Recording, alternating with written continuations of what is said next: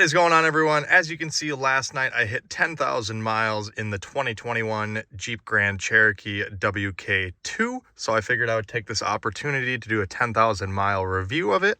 Now, obviously 10,000 miles isn't the most mileage in the world, but it's the first milestone. I figured I would start documenting reviews on this Jeep. I'm pleased to say that so far there's been no major issues. I'm just going to point out a few small things that I've had so far, but for the most part, very good so far, and I've been happy with it. For those of you that don't know, this is a 2021 Jeep Grand Cherokee.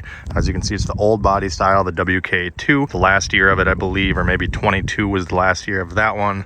And it is a Laredo X trim package in the Sting gray color. But getting on with the review here. So in terms of actual issues with this vehicle, I've had none. Right now, my tire pressure monitoring sensor light is on the dash, but that's because I have the wrong sensors in these wheels. That's not the Jeep's fault. So this is the last year. Like I said, I believe it's the last year, maybe 2022 was the last year, but basically the last year that they made this specific body style. And so obviously that helps. When I got my 2019 Ram, that was a completely new redesign, and the Ram had a lot of recalls. To my knowledge, I've had 0 recalls or technical service bulletins or anything like that with this vehicle. That has been really nice. I haven't had to take it to the dealer once for anything aside from my protection packages or my oil changes. The only issues I've actually experienced are that I noticed that when it's windy out or if the road is uneven, the Jeep is easily affected and it likes to kind of sway left to right. But that could easily be caused by the lift or the tires. I honestly can't remember how it drove stock because I lifted it almost right away. It has had an alignment, but the caster is like 6 degrees and there's no caster adjustment on the factory arm. So I'm starting to think that might be part of it. So I'm not really going to hold it against Jeep. But yeah, it just seems kind of easily affected by the kelter of the road or any sort of wind. It's just kind of hard to keep in a perfectly straight line. But again, I really don't think that's the Jeep's fault. I think it's because I mess with the suspension and the tires. It still goes down the road just fine. It's not a safety risk by any means. It's just, you know, you don't hold it with your thumb and your finger and go perfectly straight as an arrow without any input. You know what I mean? You do have to do a little bit. But aside from that, and again, I don't think that's Jeep's fault, but aside from that, that's the only mechanical problem I have had. There's been 0 other mechanical issues. The only other thing I can think of is sometimes seems to be moisture related, like when it's raining or cold and snowy. I'll try to put a picture up. It's not doing it right now, obviously, but I'll try to put a little clip or a picture or video up. I've noticed on my 8.4-inch touchscreen, sometimes again, when it's either raining or snowing, it's like cold with moisture in the air. The display on the 8.4-inch, when you use like the backup camera, or even if you're listening to music and the artwork, like the edging, the outlines to the artwork for the album you're listening to, it'll be like this really light blue cyan color. Not sure if that's some sort of signal static that's happening because of the moisture in the air. Again, I'll try to put this clip in here so you can hopefully pinpoint that, but it doesn't happen super frequently. It's definitely not all the time. Again, I think it's just something related to the moisture, and it doesn't really affect anything. The backup camera still works. The artwork and everything still displays. It just sometimes has that blue, like cyan outline to it that just kind of gives it a weird look. That's the only mechanical or electrical problems, if you even want to call those problems, that I've had with this thing in my over a year and 10,000 miles of ownership so far. Everything else that I'm going to point out in this video is purely cosmetic and triggered by my OCD. Real quick, guys, if you are not subscribed, please consider subscribing to the channel and hit the like button if it helps you out. It helps the algorithm and tell YouTube that this video helped you out and you enjoyed it, and I would greatly appreciate it. So getting back onto the cosmetic stuff, as you can see here, again, I have OCD. Everything's got to be perfectly symmetrical, perfect fit. So if you look here, like this panel that goes over the steering column, there's probably 1/8 inch, 3/16 inch of a gap right here. Well, if you go to the other side of the panel, you see it's a much tighter fit. We're talking a 1/16 of an inch gap max. That is a nice looking tight fit. That is not. That bothers me. Obviously, if you like push on it, it makes a tighter fit, but you know, you release and it comes back. But so that's the kind of petty stuff we're talking about now, guys. So if that speaks anything to the Jeep of how good it's been so far, that kind of gives you an idea. But panel fitment like this, I'm going to refer to a lot of stuff like this as COVID Jeep moments. So we've got stuff like that going on where it's just a bigger gap on the one side. It's not perfect. Again, these are mass-produced vehicles, so they're slapping them together. It's not like it's a hand-built GTR engine or something like that. There's a couple of weird body lines too. Like you'll notice this piece here, like this is rather chintzy. It moves easily, and it isn't exactly perfectly flush with this piece. Same on the other side. You can clearly see this hangs down, like my finger even catches on it. So could have been better there. But again, we're splitting hairs here, guys. I'm just being 100% transparent with it in case you are OCD like me. That way you're not surprised when you get a brand new vehicle and you're like, oh, I paid $40,000 or more and this crap isn't even lined up right. Same stuff going here with the taillights. As you can see, like this taillight, the edge of it is actually taller than this one. The hatch isn't perfectly lined up. And that issue carries over to the other side. So here, the taillight assembly on the liftgate is actually higher than the C-pillar taillight. But if you go over here, the C-pillar taillight is higher than the one on the liftgate. So you can see how if you got OCD, and then look at this huge gap right here. It's like a 1/4 inch gap easily. And now look at this one. Smaller. Look at that. To my knowledge, no water intrusion or anything into the cabin that I've noticed. No issues, no wind noise or anything like that.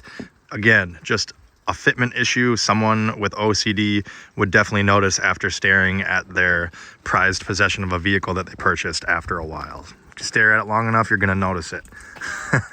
And I think really the last thing when it comes down to the COVID Jeep related stuff is I haven't been able to check another Grand Cherokee to see if this is just how they are, but I noticed this. Don't ask me how I noticed it.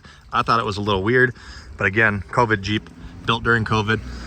So this wheel liner, as you see, we're on the driver's side here, there's a little like notch right here in the metal, and the liner goes under it, and then it gets tucked between this piece of plastic here. So take note how this looks. Now let's go to the other side. On the passenger side, for whatever reason, they have tucked said wheel liner into that little nook that was on the other side, and the wheel liner is not pinched between this black piece of plastic and the gray painted body. It goes above it. I don't know what's going on there. It looks like on this side the liner goes above the painted portion, as where on the driver's side it was pinched between the painted portion and the plastic there. So again, I don't know if it's supposed to be that way for some reason. I don't see why it wouldn't be the same on both sides. Maybe it was built on a Friday.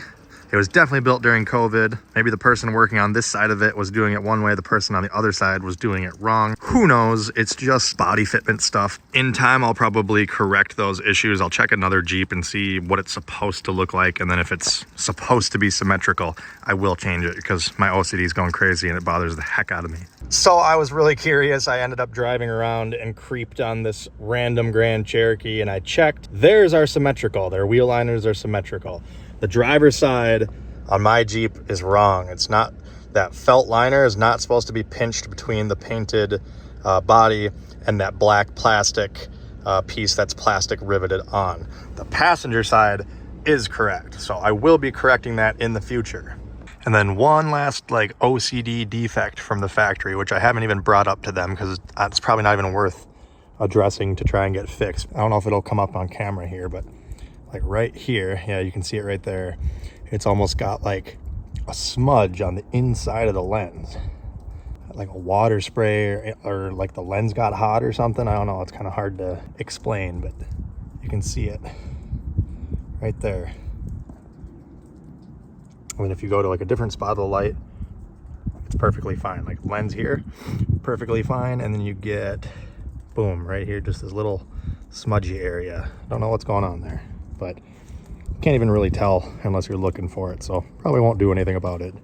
But again, aside from COVID, stuff like that, because this was built in 2021. So if you're in the market for a WK2 Grand Cherokee like this, I recommend you for sure go with a 2014 plus. That's because 2014, they got the 8-speed transmission, which is far and away their best transmission available yet. However, they did have some other issues that still plagued the 2014s on up. They did have a revision in 2016, so I highly recommend if you're gonna buy a WK2 like this, you go ahead and you get a 2016 to a probably early 2020. I would try to shy away from any that were built during or after COVID, just because they had to switch suppliers for their semiconductors and chips and computers and all this other stuff. And I just feel like overall craftsmanship went down in that time frame, which brings me to another point, guys. All these like body panel fitment issues that I've pointed out, it's not just Jeep specific. Every OEM has this problem. Any OEM, Ford, Chevy, Dodge, whatever, any of them that are mass producing vehicles like this, they're all going to have panel fitment issues like that. My passenger door actually was to the point where the door panel here was sticking out and my finger would catch on it coming from the back here. So I actually opened the door and like folded it in a little bit, and now it's, can't tell because of the ice, but it's like perfectly flush now. So manhandled that thing. I wouldn't recommend doing that unless you know what you're doing. But yeah, I mean, it's just all OEMs have that. So don't let that discourage you. You can always look the vehicle over before you buy it. Of course, I recommend test driving a vehicle and looking it over in person before you ever buy one. But yeah, 2016 and newer was their final refresh before they came out with the new L body style. So again, if you're gonna go with one of these, I recommend a 16 to a 20.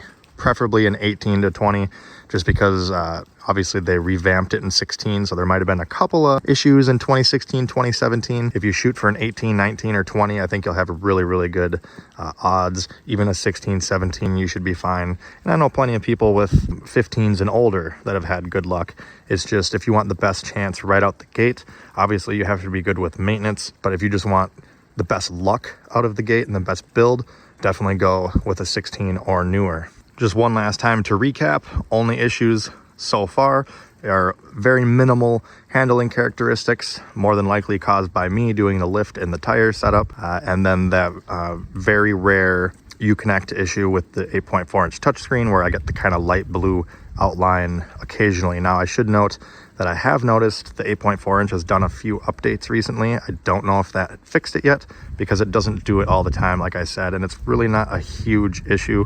It's just something that I've noticed. So those two are the only real things I can even think about mechanically, electronically, and again, they're not even hardly worth mentioning. I just thought I'd be fully transparent about it. And then just the cosmetic stuff as far as panel fitment and everything. So far so good, knock on wood. I'll probably do a 15K and a 20K. Every 5K, I'll probably do a review just to keep you guys updated. The next one will be 15,000 and it'll be in the summertime. So you'll get to see my summer wheel and tire setup. But that's going to do it for today on this 10,000 mile review on the Jeep Grand Cherokee 2021 Laredo X. If this video helped you out, make sure you hit that like button, subscribe, and turn the bell notification on for more videos like this. Check out my other videos here on YouTube and check me out on my socials. As always, thanks for watching. Have a great day.